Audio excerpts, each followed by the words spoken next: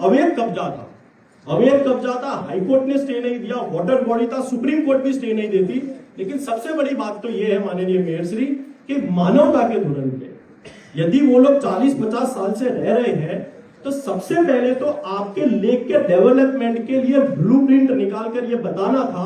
कि हम लोग इसका पोजीशन लेकर कलेक्टर से ये लेक को इस प्रकार से डेवलपमेंट करेंगे और 1 साल की मोहलत दे देते उनको। आपने माननीय मेयर से उनसे कोई मोहलत नहीं दी गई। डायरेक्ट ही बुलडोजर आपने हिंदू समाज पर, मुसलमान समाज पर, सभी लोगों पर चला दिया गया और 40-45 डिग्री गर्मी में माननीय मेयर श्री वो लोग सब सड़क पर आ गए। डिमोल्यूशन के 1 हफ्ते पहले माननीय मेयर श्री आप लोगों ने प्रेस की और ये बताया गया कि ईडब्ल्यूएस के माध्यम से उन समग्र झुपड़पट्टी वालों को घर दिए जाएंगे। अब माननीय मेयर श्री ईडब्ल्यूएस के माध्यम से आपने कहा ईडब्ल्यूएस में 3 लाख रुपए पैसे भरकर उन्हें घर दिए जाएंगे, जिसका हफ्ता मैं मानता हूं माननीय मेयर श्री कि प्रति मास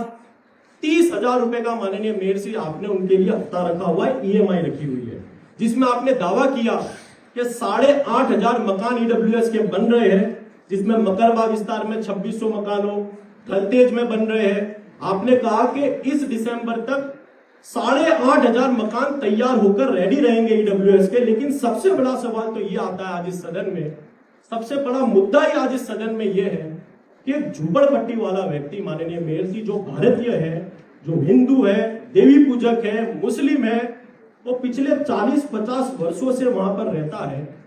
अगर उसके पास इतना पैसा होता कि वो मासिक 30,000 रुपए आप लोगों को भरता तो वो झुपड़पट्टी में क्यों रहता माननीय मेयर जी? सबसे बड़ा सवाल तो ये उठता है कि 30,000 का हफ्ता एक पैडल चलाने वाला व्यक्ति, एक लारी चलाने वाला व्यक्ति यदि आप लोगों को 30,000 रुपए का ईएमआई भर सकता हो तो झुपड़पट्टी में कभी रह नहीं सकता। माननीय मेयर जी आज इस सदन में मैं आपको पूछना चाहता हूं, बताना भी चाहता हूं कि सदन में बैठे लोग, ऐसे कई लोग हैं जो नॉर्मल फैमिली से आते हैं, वो भी 30,000 रुपए की ईएमआई एक मकान के लिए आज नहीं भर सकते और आपने उन झुपड़पट्टी वालों पर 30,000 रुपए की ईएमआई लगा दी। माननीय मेयर श्री मैं आपको बताऊंगा बड़ी चौंकाने वाली बात है कि वो जो 7,500 रुपए डिपोजिट डीडी के तौर पर वो बैंक से लाकर वो गरीब परिवार कैसे भर रहा है, वो झुपड़पट्टी वाला व्यक्ति,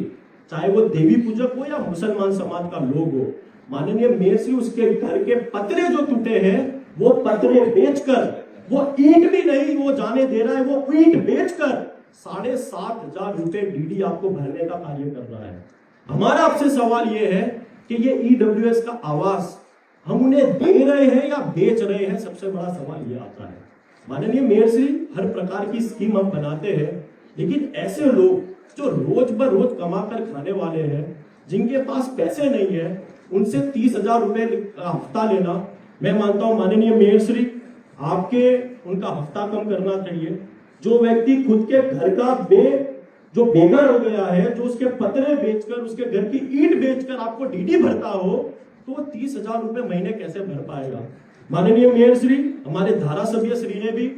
माननीय मुख्यमंत्री श्री को शैलेश भाई परमार जी ने, माननीय भूपेंद्र भाई पटेल जी को मिलकर भी रजूआत की गई है कि इस हफ्ते को कम किया जाए, ईएमआई को कम किया जाए। और आपसे भी हम निवेदन करते हैं मानवता के धोरण पे उस गरीब परिवार, आप कहते हो 10,000 लोगों को आप लोगों ने वहां पर बुलडोजर चलाया है, तो 10,000 जो सेकेंड फेज में डिमोल्यूशन हुआ वो तो सारे भारतीय लोग थे, वो 30,000 भर सकते थे, तो वो झुपड़पट्टी में 50 साल से नहीं रहते। माननीय मेयर श्री इनका हफ्ता कम किया जाए, इनकी ईएमआई 5,000 पे लाई जाए और ये ईएमआई के वर्षों को बढ़ाया जाए, ताकि जो 8,500 मकान ईडब्ल्यूएस के जो हाउसिंग पॉलिसी के तहत बन रहे हैं, ये झुपड़पट्टी के लोग इसका लाभ उठा सके। और माननीय मेयर जी आपने 31 तारीख तक उनकी डेडलाइन दी गई है कि आपके यहाँ पर फॉर्म जमा कराना है। माननीय मेयर जी आज भी ऐसे कई व्यक्ति है जो कलेक्टरेट का धक्का खा रहे हैं, उनको आवक के दाखिले नहीं मिल रहे, 5-5 दिन से वहां लाइन लगा के खड़े हुए हैं। मेरी आपसे ये भी निवेदन है इस तारीख को बढ़ाया जाए, 15 से 20 दिन तक बढ़ाया जाए, ताकि वो लोग अपना हक ले सके। और सरकार ने कहा है कि मकान के बदले मकान दिया जाएगा, लेकिन किसी डेवलपमेंट का आपने प्रोजेक्ट ही नहीं रखा और आपने बुलडोजर चला दिया। माननीय मेयर श्री उनको मकान दिया जाए और उसकी ईएमआई को कम किया जाए। माननीय मेयर श्री